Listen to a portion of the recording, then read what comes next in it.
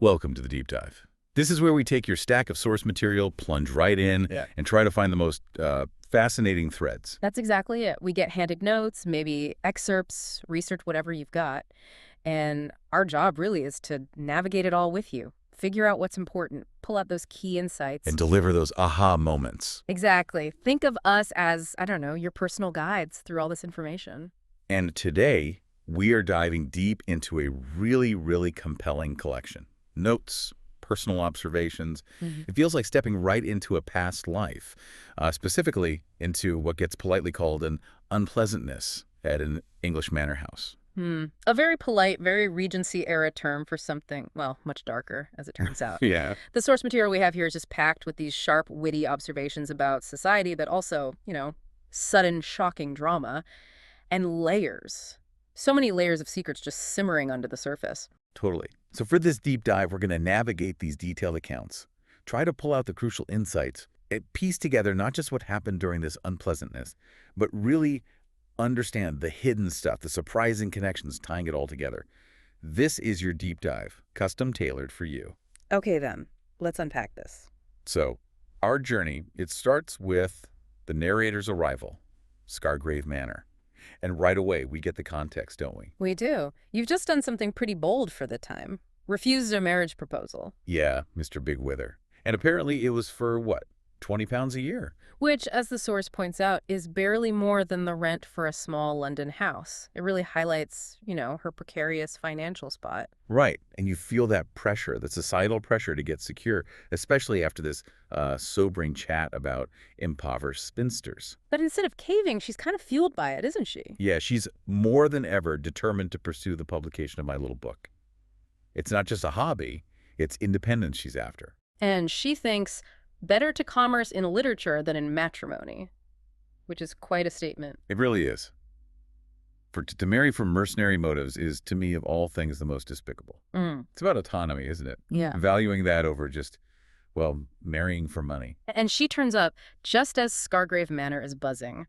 There's a big celebratory ball for Countess Isabel, the new lady of the house. And the scene is painted so vividly. These sort of forced smiles, the sharp observations about how people look. Yeah, she immediately clocks the disparity in form and finery between Isabel and myself, as she puts it. Sets herself apart right from the start. And it's here, in this setting, that you start meeting the key players, the ones who will be central to all the drama. Right. First, Countess Isabel, the hostess, recently married to the Earl, who's much older. But you sense something constrained, maybe not entirely happy. Then there's Lieutenant Tom Hurst, Isabel's nephew. Described as witty, charming, and surprisingly attentive to you, the narrator. Right. Raised by the Earl because his own father was this dissolute rogue. And Tom's quite forward, isn't he? Playful banter, seems to know a bit too much about her private life already. Yeah, a little unsettling.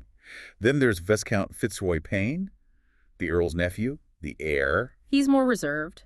Strikingly handsome, though, with that prematurely gray hair. Others find him aloof, but you're drawn to him. See him as potential character material, even. To be marked out by the singular is a caprice of mine, she notes. Tells you something about her own spirit, doesn't it? It does. And finally, the one who brings a chill, Lord Harold Trowbridge. Oh, the description is vivid. Hooded eyes under a sharp brow, the sweep of silver hair, the long scar. Intimidating. And Isabel is clearly scared of him. Yeah. You observe he's a man too much in command of himself, and that such men must always strive to command all the world. Ominous. So this peaceful country ball, it's really just a stage, isn't it? For all these simmering pressures and these unsettling characters. And those tensions, they don't stay hidden for long. No. You overhear this heated argument. Right. Between George Hurst, that's Tom's brother, the one the Earl thought lacked humility, and the Earl himself, Lord Scargrave. And it's about a woman. Rosie Ketch. Well, the striking is George's passion. His unusual passion, the source says, given he's usually quiet. Feels like a clue straight away, that intensity. Yeah. And then, bang, shortly after the ball. The Earl dies. Suddenly. The scenes describe the first doctor, Pettigrew.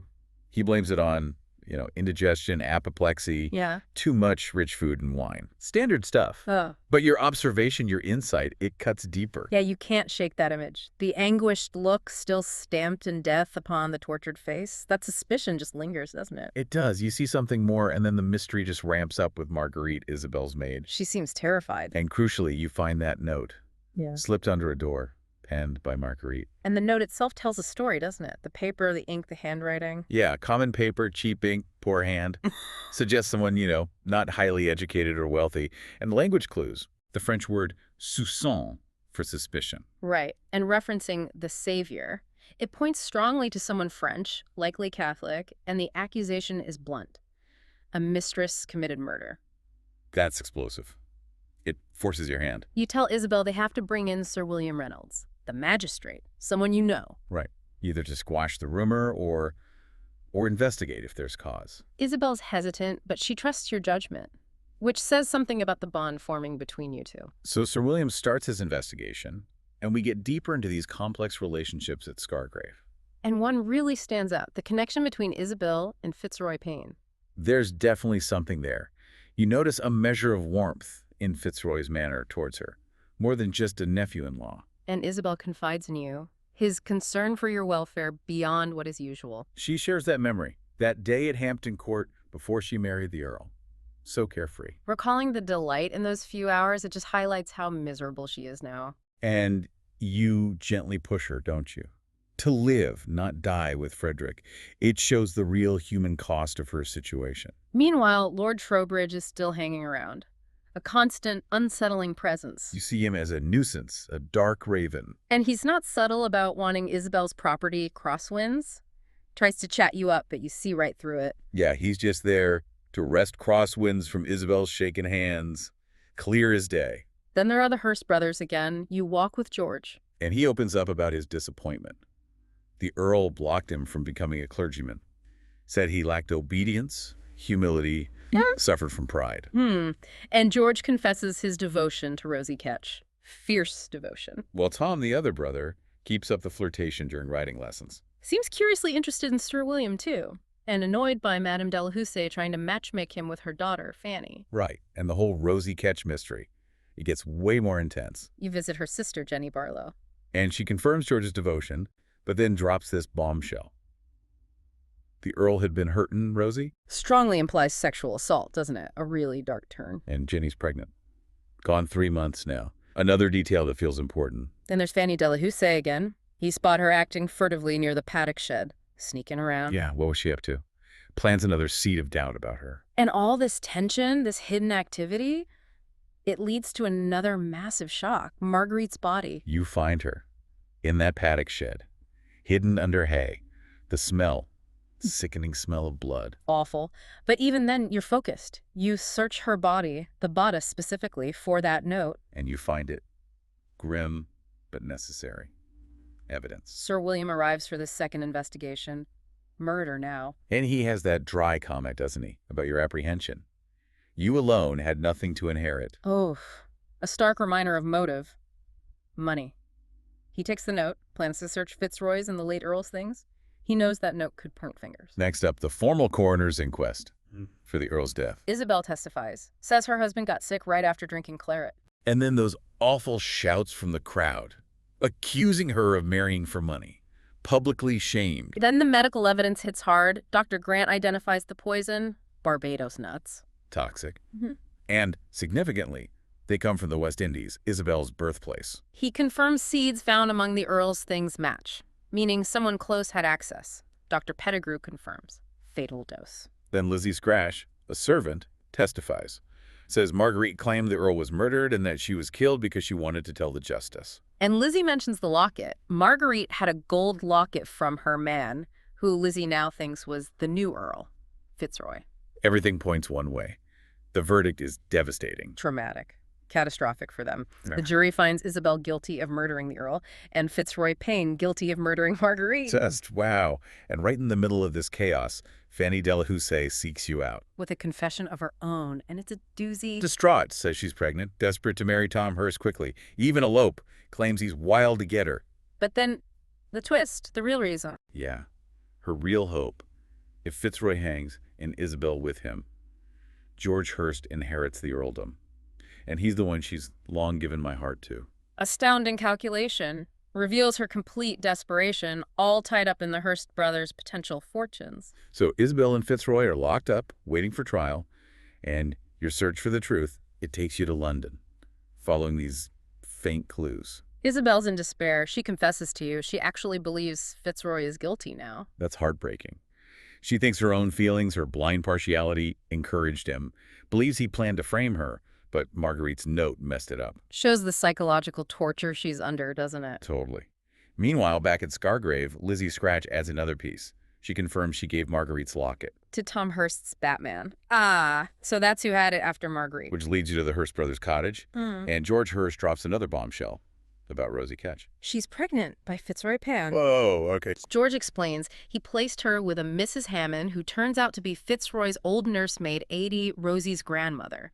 Fitzroy helped keep it secret from the Earl. And the quarrel George had with the Earl that night. George admits it. He told the Earl about Rosie's condition and that he, George, intended to marry her, which enraged the Earl. So a secret unwanted grandchild?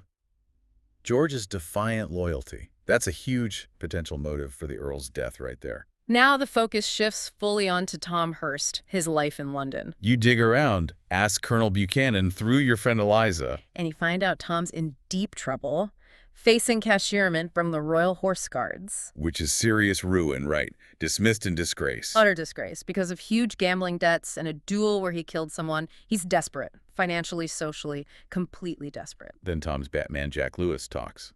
Another vital clue. He confesses he gave Marguerite the locket. They were courting last summer. Okay, so the locket trail gets complicated. Right. Lewis says Tom got Marguerite's things because Tom feared something would lead the magistrate to him, Jack Lewis, the Batman, not necessarily to Tom himself. So you start putting it together. Tom's potential motives for murder. The absolute desperation, impending ruin, cashierment, and the hope, marrying Fanny and her fortune. Which could only happen if George inherited, meaning Isabel and Fitzroy had to be out of the picture. It all seems to point to Tom, and then another shock. Tom Hurst's suicide, found shot in Hyde Park. Leaves a letter for you. Affectionate, but no confession. And your reaction is sharp. Damnable coward, choosing honor and avoiding cashierment over clearing the innocent. Yeah, his death closes one door, but leaves the actual Scargrave murders wide open, doesn't it? It does. So with Tom gone, you dig into the money side of things, working with Mr. Cranley, the defense barrister. And examining Fitzroy Payne's letters, you find something, a missing draft. Corresponding to a letter sent to the solicitors. And the key bit, that phrase from Marguerite's forged note. Let us meet in our accustomed place. It matches a phrase in the final version of Fitzroy's actual letter. Proof. The note was definitely forged. But forged by someone who knew Fitzroy's habits, had access to his letters, an insider. So, he had to the solicitors. Mayhew and Crabbe, deliver Isabel's testament. And here, the truth about Crosswinds comes out. Isabel's property in the West Indies. It's not a gold mine. It's drowning in debt. Needs a huge amount of capital.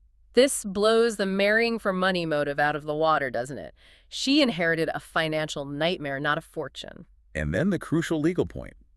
Isabel can't sell Crosswinds without written consent from the sole trustee. Her aunt, Madame Hortense Delahoussaye. And the solicitor says Madame hasn't given consent, probably waiting to see how the trial goes. This gives Madame huge power over Isabel's fate, and a potential reason to want Isabel gone.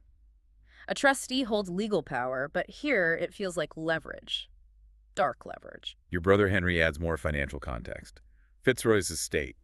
Substantial, but needs work. More importantly, Tom Hurst spent all of George's inheritance. George has practically nothing.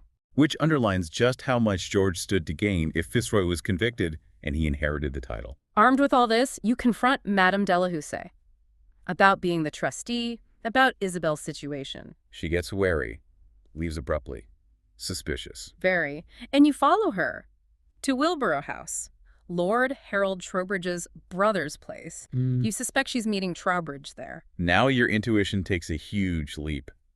Geopolitics. You write to your brother Francis, the Navy captain, ask about a private deepwater port in the Barbados. Connecting it to Trowbridge's trip to France, his interest in an Indies port, you sense something bigger. Treason, maybe. A Barbados port would be vital for the Navy, especially with potential trouble from Bonaparte, maybe operating out of nearby Martinique. At the trial, you testify. You insist Trowbridge's arrival visibly changed Isabel's mood that night at the ball, linking her fear to him and implicitly to crosswinds. Trowbridge testifies too. Lies. Calls his talk with Isabel just business about property. A lie you know is a lie. Then Frank's reply arrives. Confirms. Yes, a Barbados port is strategically massive with Bonaparte looming. He even wonders if Trowbridge is working for the British government. That's when it clicks for you, the big aha moment. All the pieces fall into place. Lord Scargrave had to die. Isabel and Fitzroy had to be framed so that treason could happen. Your conclusion. Trowbridge isn't working for the British. He must be working for Bonaparte. With Madame de la Houssaye. She gets control of the strategic port if Isabel hangs. The personal drama, the murders, it's all tangled up with international espionage.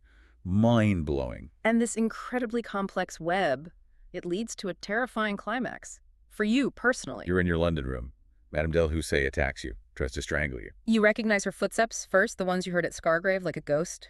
Then her face when she lights a candle. Just as it seems hopeless. Yeah. A dramatic rescue. Bang! Lord Harold Trowbridge, Sir William, Mr. Cranley burst in. They grab Madame. And then, the final, stunning revelation from Trowbridge himself. He wasn't working against them. He wasn't working for Bonaparte. He was working for the late Earl. For nearly a year, the Earl, smitten with Isabel but bound by duty to her father, hired Trowbridge, known for his discretion, to secretly investigate the mess with Crosswind's debts. Trowbridge has the papers to prove it. And the final twist. He holds the debt notes. Isabel is free. Financially free. Her supposed motive, marrying for money. It was never real. Her misery was real, but it was about this hidden burden. Trowbridge explains his lies at the trial. He couldn't expose Madame without blowing his whole investigation. He'd figured out her real plan. Sell the port to Bonaparte after selling it to him first, double-crossing everyone, potentially crippling the British Navy. He came back to trap her, and you're confronting Madame earlier that evening. It panicked her, forced her hand into attacking you. Madame breaks, confesses everything. Poisoning the Earl with the Barbados nuts easy for her to get. Killing Marguerite because the maid kept that forged note meant to frame Fitzroy. She almost got away with it all. Sir William sums it up perfectly. Trowbridge's secret work uncovered the treason plot against England. While your curiosity and persistence, your refusal to accept the easy answers, you're connecting the dots. That's what solved the murders at Scargrave. Freed Isabel and Fitzroy. He acknowledges the danger, too. You were in real peril. So what a journey through these sources. From, a polite country ball and a woman just wanting independence. To this insane tangle of secrets, poison, murder, money, betrayal, and literally treason involving naval strategy and Bonaparte. Just incredible. The number of surprising facts, hidden connections, it's remarkable.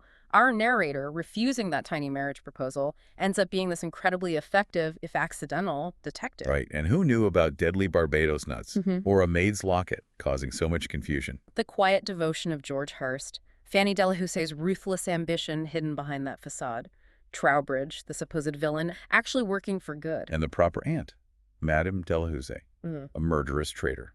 This deep dive really hammers home how small, personal things, an argument, a secret pregnancy, a debt, a missing letter can be completely tangled up with huge national issues. The fate of the realm, even. It really does. It's a powerful reminder, isn't it? That curiosity, really looking closely, connecting those seemingly random dots, it can uncover unbelievable truths hidden just beneath the surface. Of everyday life. Or in this case, death. So after wading through all that, what stands out most to you? Maybe it's the unexpected heroism, or just how deep those hidden motives can run, or how, I don't know, our individual choices ripple outwards into the big, wide world. Definitely a lot to think about, wouldn't you say?